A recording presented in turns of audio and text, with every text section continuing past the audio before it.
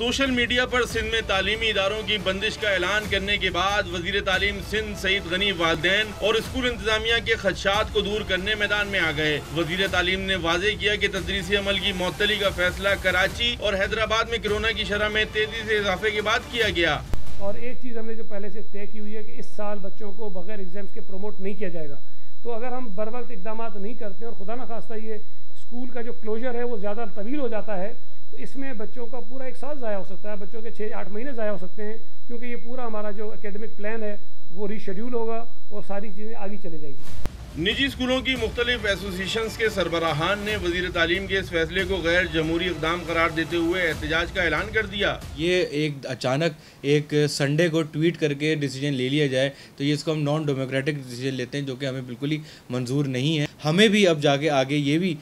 فیصلہ کرنا پڑے کہ ہمیں روڈ پر آنا پڑے، کیونکہ ہماری باتیں جو ہیں آگے سنی نہیں جا رہی ہیں اور ہم